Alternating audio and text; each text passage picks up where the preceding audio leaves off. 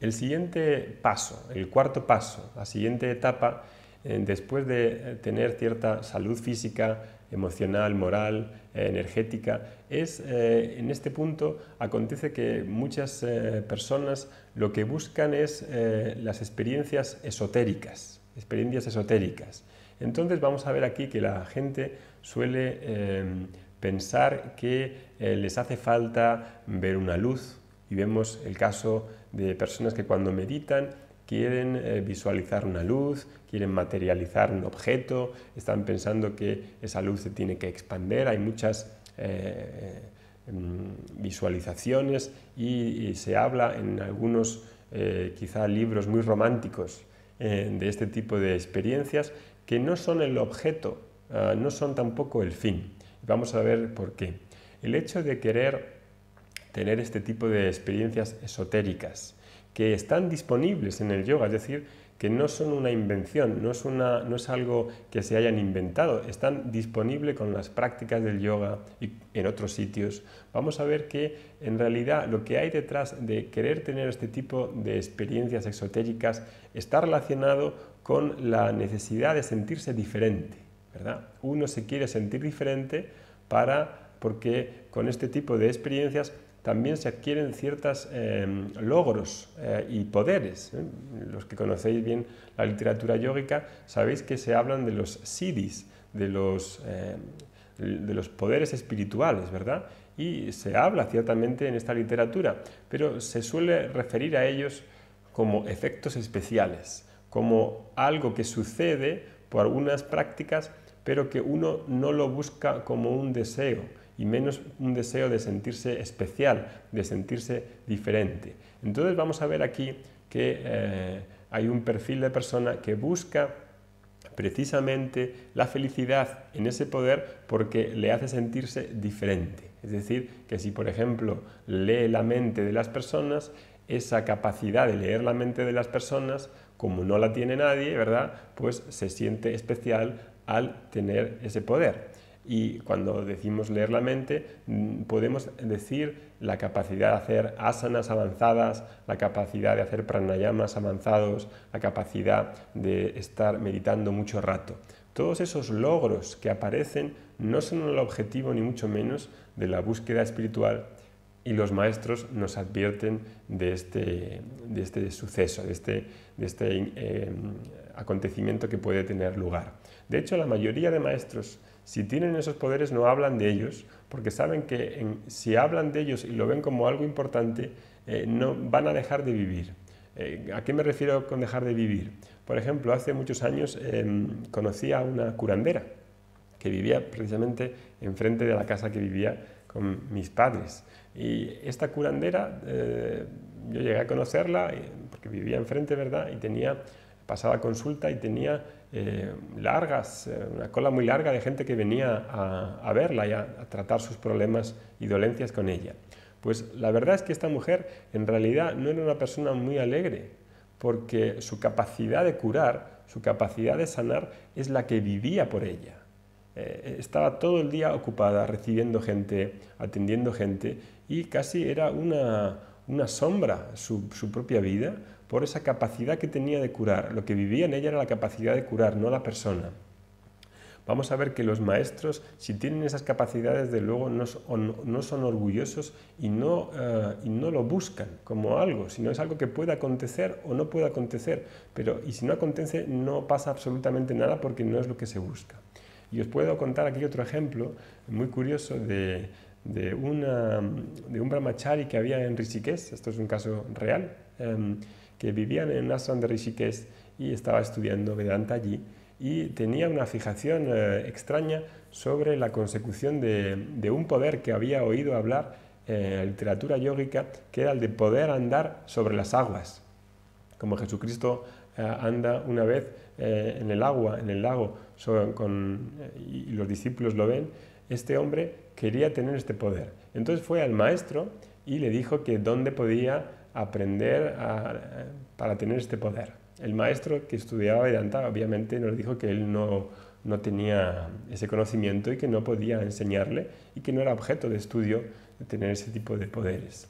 Entonces le dijo que había una persona en los Himalayas que sí que podía enseñarle.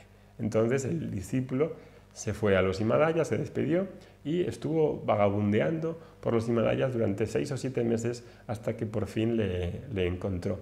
Una vez que le encontró, se presentó, le dijo con quién estudiaba, las razones por las que estaba ahí, y el maestro le acogió y le dijo que para ese tipo de poderes la persona que le atendió tenía que practicar una disciplina muy rigurosa por la mañana, antes de levantarse a las 4 de la mañana, a mediodía, por la tarde, y repetir unos mantras durante la repetición. Consistía en millones de veces cada mantra. Un mantra, para que tenga poder, para que se active, uno ha de recibirlo de su maestro, no puede verlo en YouTube o no puede leerlo en la Wikipedia y empezar a cantarlo porque quizás no haga bien el ritual, no haga bien el proceso, no pronuncie correctamente los fonemas, las palabras, y lo haga incorrectamente. Entonces él lo recibió de ese maestro que supuestamente habría tenido que activar previamente ese mantra, y se lo pasó a él, y estuvo durante 6 años haciendo estas disciplinas. 6 años de disciplina, 6 años de su vida para adquirir este poder. Bien, una vez que lo adquirió y vio que funcionaba, que podía ir andando por el agua, volvió a Rishikesh con su maestro primero y vino muy contento. Maestro, ya tengo este poder de poder andar por las aguas. El maestro, sí, qué bien, oye, pues vamos a verlo. Los que conocéis Rishikesh, sabéis que en Lakshman Yula hay un barquito para cruzar el Ganges y uno puede alquilar ese barquito para cruzarlo. Entonces el maestro le dijo, mira, tú te vas a hacer la prueba a ver si es verdad y pasas el Ganges así andando por encima del agua. Y yo cojo el barquito y lo cruzo al otro lado. Entonces el maestro, ¿verdad?, fue y con el barquito le esperó a la mitad del río con el barquero y el otro empezó a andar. Y es verdad, iba ahí andando por el agua, el maestro, muy bien, bravo, fantástico, oye, qué bien, qué divertido. Y en ese momento que dudaba un poco el hombre, que se puso contento por la admiración de su maestro, se empezó a hundir y acabó hundiéndose. Bien, luego lo recogieron y cruzaron al otro lado del río. El maestro le dijo, ¿y cuánto tiempo te ha llevado a adquirir este poder? Y él pensó y dijo, pues estuve 6 o 7 meses buscando a este señor que me enseñó y luego he estado 7 años de mi vida con una disciplina férrea para poder lograr este poder que, como ves, tampoco domino del todo. 7 años de tu vida, 7 años de tu vida. ¿Y qué has resuelto con tener este poder? Y el discípulo se quedó, pues no me paraba a pensarlo. ¿Sigues teniendo el mismo sentido de infelicidad? ¿Sigues teniendo el mismo sentido de carencia? ¿Te ves a ti mismo como completo, como pleno? El discípulo no supo qué contestar porque no se había preguntado esto. Tenía la fijación de sentirse diferente, de sentirse diferente a los demás, de sentirse especial a los demás con la adquisición de este poder, ¿verdad? Con este ejemplo vemos que los siddhis y los poderes y estas capacidades extraordinarias que se pueden ir logrando con estas prácticas ascéticas, con estas prácticas yógicas, no son en absoluto el fin. Y debemos de tener muy claro de no usar el yoga como una tentativa para modificar el orden natural del cuerpo, de los sentidos, de la mente y del mundo en general. Si uno usa el yoga para esto, lo que va a descubrir es que su ego se va a hacer todavía más fuerte y va a tener unas identificaciones cada vez más fuertes que no le van a permitir ver cuál es la raíz de los problemas que tenemos, ¿verdad? Entonces, esta búsqueda de experiencias esotéricas, esta búsqueda de querer hacer meditaciones para que suceda algo, para que tenga un petardazo, para que tenga una experiencia sensorial alucinante, extrasensorial, son efectos especiales, son cohetes, son cosas que pueden suceder o no, y si no suceden no pasa absolutamente nada, porque ese no es el problema que queremos solucionar. Si pudiésemos adquirir la capacidad de volar como Superman y convertirnos en Superman, durante unos días estaríamos contentísimos. Podríamos ir al trabajo, nos pondríamos la capa y empezaríamos a volar, ¿verdad? Iríamos al trabajo, la gente quedaría, ¡guau! Ahí llega Óscar volando. ahí y aterrizaríamos en la oficina, todos chulos, ¿no? Con la capa y con todo, y durante un tiempo estaríamos felices y contentos. Pero ¿creéis, y pensadlo bien, creéis que solucionaría este problema de verme infeliz, de que hoy me veo infeliz, me veo inseguro porque realmente tenga un superpoder, tenga una capacidad extraordinaria, una capacidad energética, una capacidad fisiológica aumentada? No, no toca en absolutamente ni roza el problema fundamental. Con lo cual hay que tener cuidado con usar estas disciplinas para aumentar nuestras capacidades y tener un sentido de soberbia y un sentido de un ego crecido porque nos sentimos diferentes, ¿verdad? Esto es algo que nos avisan los maestros y que no deberíamos de caer en coger este tren que va a un destino equivocado. Entonces, en este cuarto punto acontece algo de lo que no nos damos cuenta, y es una trampa espiritual en la que nos vamos a quedar atrapados sin saberlo. Este sentido de alcanzar una cierta salud física, salud emocional, salud mental, estas capacidades extras que puedo conseguir con las prácticas vitales, energéticas, todo esto va a hacer que me identifique con unos logros que ya consigo y que me vea capaz de conseguir cosas, capaz de hacer cosas, y me voy a sentir engatusado por mis propios logros, ¿verdad? Y aquí vemos muchos ejemplos. Las personas que hacen yoga, hacen por ejemplo Ashtanga Yoga y están en la 5ª serie y hacen toda la secuencia de asanas completa, con los movimientos, con todo este diseño de asanas muy difíciles que les ha llevado mucho tiempo, mucha dedicación. Lo mismo en Iyengar Yoga, conoces un montón de técnicas, de puntos, es capaz de mantener esos puntos durante mucho tiempo, concentrado. Todo este bagaje que voy creando según van pasando los años, crean como una especie de problema añadido por sentirme que soy capaz de todo, que puedo lograr un montón de cosas. Lo mismo en la meditación, ¿no? Hay personas que dicen, yo llevo meditando 20 años haciendo meditación vipassana, he seguido con los maestros Tao durante muchos años haciendo estas meditaciones, soy capaz de ver estas cosas, tengo esta estabilidad, tengo esta capacidad de enfocarme. Bien, todos esos logros que voy adquiriendo con el paso de los años puede que me coloquen en una trampa en la que no me puedo colocar más como alumno, no tenga la capacidad de escuchar a la persona que está delante de mí y empiece a filtrar todo en base a estos logros que he ido consiguiendo en los años. Esta fase es la más delicada porque en esta fase nos podemos quedar estancados años y años y años por la incapacidad de volverse a colocar como aquel debutante, como aquel alumno nuevo que tenía una cierta inocencia, tenía un cierto anhelo por el conocimiento para resolver su problema fundamental.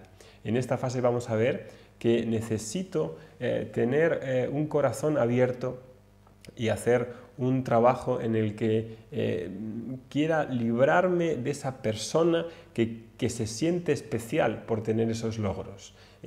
Como si tuviéramos un ninja dentro de nosotros que está haciendo un montón de prácticas, que está haciendo un montón de actividades, que va consiguiendo haciendo nuevas asanas, nuevos pranayamas, nuevas meditaciones por más tiempo, por más intensidad, y se cree especial.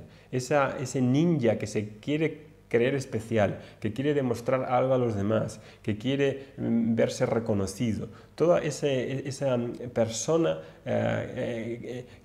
que quiere constantemente sentirse especial es algo que uno se debería de librar de ello para poder dar el siguiente paso. Entonces, en esta fase, si me veo o me presento como alguien que ya ha aprendido todo, que ha hecho muchas cosas, que es dueño de la verdad, que se siente tan capaz, que ha hecho todos estos logros, no voy a poder ver con facilidad qué es lo que tengo todavía que aprender y que va a tener que ver con lo que soy, con cómo me veo como persona, porque necesito todavía sentirme como este ninja, como alguien especial para vivir de forma feliz. Vamos a ver en este punto que muchos occidentales se van a frustrar porque creen que la vida espiritual es como una aventura enorme en la que tengo que ir adquiriendo cada vez más logros, y es como si fuese una carrera tipo de un explorador, o tipo de un atleta, o tipo de un emprendedor que se hace a sí mismo. Todas estas nociones modernas sobre en qué consiste la espiritualidad van a chocar, y quizá muchos se frustren, ¿no? Y lo vemos mucho en los ashrams, cuando vienen de aquí y de allá unos y otros y cuentan su historia y te dicen que han hecho Ashtanga Yoga durante 20 años y que hacen la serie quinta y que hacen esto y lo otro y meditan y han hecho este mantra. Y entonces, claro, uno le dice, pero ¿para qué vienes a este ashram? ¿Qué es lo que te hace falta si ya has hecho por ti mismo todas estas cosas? Bueno, quiero que Dayananda me dé un mantra para ver si puedo resolver mis problemas. Y así, como si fuese un mantra, como si fuese una cosa mágica, como si Vedanta fuese un pase de magia, de un alpinista en la que tiene que ir cada vez más lejos y tener experiencias más intensas y cada vez más profundas, y tiene que hacer esta meditación y la otra y estar más tiempo cada vez. Esta mentalidad de ninja va a ser una de las mentalidades más difíciles de abandonar, por esta necesidad de búsqueda de experiencias, de caza de experiencias cada vez más intensas, cada vez más vívidas, cada vez más de alcanzar el séptimo cielo. Este tipo de mentalidad no ayuda en absoluto a resolver este problema fundamental, y se va a ser el paso más difícil de atravesar para llegar a colocarse en la posición en la que uno vuelve a ser alumno, tiene humildad y tiene un corazón abierto para poder dejarse permear por un maestro, ¿verdad?, que conoce bien todo este periplo que ya en su vida. El objetivo de la tradición vedántica es mucho más sencillo, que supone largar a esta persona que es un ninja y que quiere ser especial, que tiene exigencias sobre los demás, que demanda respeto, que exige de todo a todo, ¿verdad? El Vedanta trata con un tema mucho más sencillo, y es descubrir la felicidad y la paz que ya están conmigo. Descubrir a la persona que quiere ser feliz al compartir su alegría con su mujer, con sus hijos, que está bien en su casa. La espiritualidad en el Vedanta empieza con la casa de uno. No es necesariamente en una zona privada que practico en la meditación. La espiritualidad tiene que ver con cómo vivo, cuál es mi posición vital en el mundo, ¿verdad? Y puedo reír como cuando río en una broma, ¿verdad? Y ver y descubrir que esa felicidad no está separada de mí, de que la paz no está separada de mí y no es un objeto de experiencia, no es un objeto aislado de mí, y no necesito ser especial ni adquirir todos estos logros y estos poderes, ¿verdad? Entonces el Vedanta va a tratar la espiritualidad como algo mucho más simple. La espiritualidad no está centrada en una experiencia concreta durante lo que dura la meditación y tengo los ojos cerrados, o no está limitado a lo que hago en la esterilla. La espiritualidad tiene más que ver con cómo me veo a mí mismo, cómo no hay una división entre vida privada, vida profesional y vida espiritual. No hay esa segregación de que voy al trabajo ahora y dejo de ser espiritual. Voy ahora a hacer asana y sí que soy espiritual. No hay tal dicotomía. Vedanta trata de ver las cosas con una llamada a la realidad. Y eso es algo que, para poder empezar a aceptarlo, necesito tener un corazón abierto, necesito tener una sinceridad conmigo mismo y estar dispuesto a hacer un análisis de cómo pienso, cuál es mi filosofía. Y ese va a ser el siguiente paso al que vamos a entrar después de que hemos visto estas 4 categorías: salud emocional, salud física, salud energética y el intento de ser especial y de adquirir logros a través de las experiencias y las capacidades esotéricas. Dicho esto, vemos que a partir de esta fase, esta 4ª fase, el trabajo inspiracional, el trabajo de transformación que hemos visto en esas 4 fases anteriores, en esas 4 etapas, tiene un límite y ha de desembocar en un proceso mayor, que es el autoconocimiento. Esta fase inicial del yoga, de estas transformaciones, de estos cambios positivos en nuestra vida que me hacen que sea más armoniosa, suponen o están dentro de un contexto mayor que desemboca en un río más ancho que es el autoconocimiento. A pesar de haber estado muchos años involucrado con estas prácticas, incluso de consagrarse como profesor de yoga, como enseñante y vivir un estilo de vida limpio, de tener valores, de vivir una vida moral. A pesar de todas estas transformaciones positivas, los profesores de yoga entendemos que todavía hay algo que falta. Vemos una carencia. No solo los profesores de yoga, sino cualquier persona que haya estado viviendo durante un tiempo largo de años en una de estas disciplinas, de estas escuelas, ¿verdad? Y vamos a ver que ese sentido de carencia, ese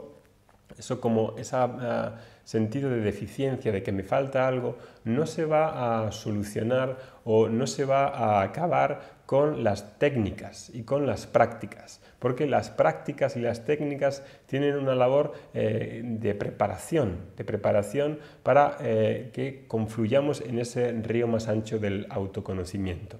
Una vez que veo la limitación de las técnicas, de las disciplinas, he de entender que he de apuntar a una tradición que trata con el sujeto, que trata con la identidad básica de la persona, con lo que se llama la identidad del sujeto, es decir, del Atman, del sí mismo. He de llegar al punto en el que vea cómo estoy construyendo mi identidad, qué es lo que creo que soy, cómo me miro, cuáles son la verdad más íntima de mí. Cuando apunto al buscador y la búsqueda se centra en saber cuál es mi verdad, la verdad de mí, la verdad de todos, entonces empiezo una nueva andadura, ¿verdad? Y esta andadura conduce a la tradición del Vedanta. El yoga y el Vedanta no son cosas separadas. El yoga es un estilo de vida y un conjunto de disciplinas con una visión adecuada que vamos a ver dentro del Karma Yoga y que suponen que voy a desembocar en esta tradición que habla de mí mismo, que apunta al sujeto, que no tiene que ver nada con las creencias, no tiene nada que ver con las técnicas. Todo eso es parte del yoga.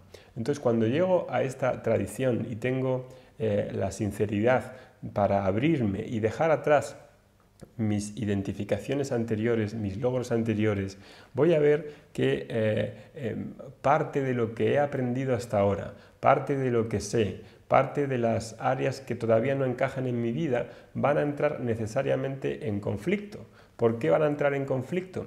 Porque he podido crear una identidad espiritual durante muchos años a la que estoy muy apegado y que no soy capaz de soltar, y que por no ser capaz de soltar no puedo avanzar.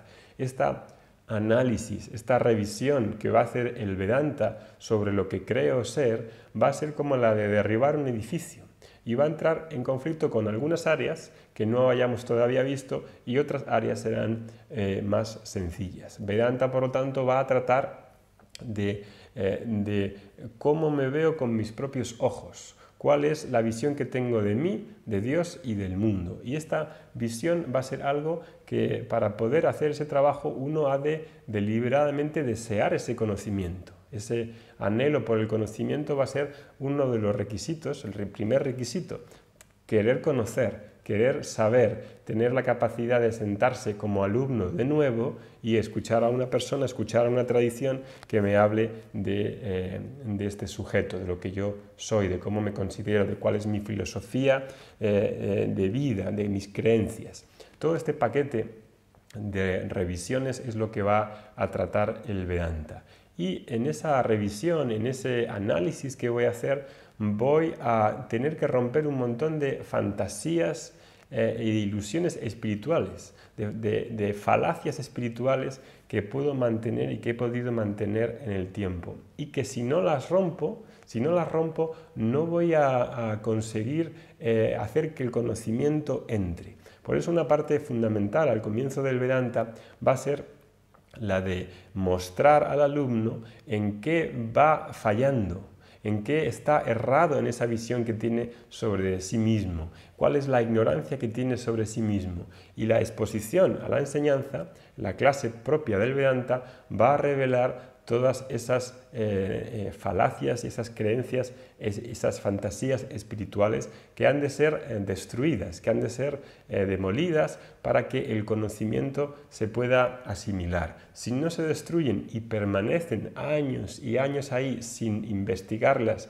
sin querer conocerlas, el conocimiento no entra y no podemos hacernos cargos de nuestra propia vida, no podemos hacernos cargo de ese conocimiento, ¿verdad? Y por lo tanto va a ser una parte fundamental, ver todas esas creencias que forman, que nos llevan, que en realidad son las creencias las que nos tienen a nosotros. No que tengamos creencias como si tuviéramos un traje, sino son las creencias a través de las cuales vemos y nos dirigimos en la vida las que tenemos que examinar, y para eso esta revisión y este análisis que el Vedanta nos va a proponer como un método, porque es algo que se enseña de manera sistemática. No es una meditación, es un mantra que nos van a dar, trata de un cambio cognitivo para que examinemos aquellas ideas que tenemos sobre qué es la felicidad, cuál es el propósito de la vida, qué hay después de la muerte, quién soy. Todo ese conjunto de preguntas que hemos siempre querido explicar y que muchas veces intuimos hacia dónde pueden ir, es el corazón del Vedanta, ¿verdad? En estas clases de Vedanta que vamos a ir viendo en esa introducción y en los cursos regulares que tenemos cada semana es lo que tratamos de hacer. Cuando uno quiere hacer esta revisión y desea deliberadamente ese conocimiento, la persona puede dar el siguiente paso y puede conectar con una tradición de conocimiento que es una tradición viva de enseñanza, de maestro a discípulo, de profesor a alumno, en la que va a encargarse de revisar aquellas zonas que tienen que ver con la ignorancia actual de lo que creo ser sobre mí, sobre los demás, sobre el mundo. Vamos a dejar aquí en este punto la clase, y el siguiente día podremos empezar con el propósito de la vida, en qué consiste, cuál es la meta del ser humano, qué es lo que realmente busca y cuál es su propósito. Si tenéis alguna duda de la clase de hoy, podéis enviármelas al email que es oscar@oscarmontero.com, y si no son muchas o son las trataré de ir contestando al final de la clase, y los que no veis la clase en directo, pues podéis tener acceso a través de las preguntas para que veamos vuestras dudas. Que tengáis buena semana. Hari Om, Namaste.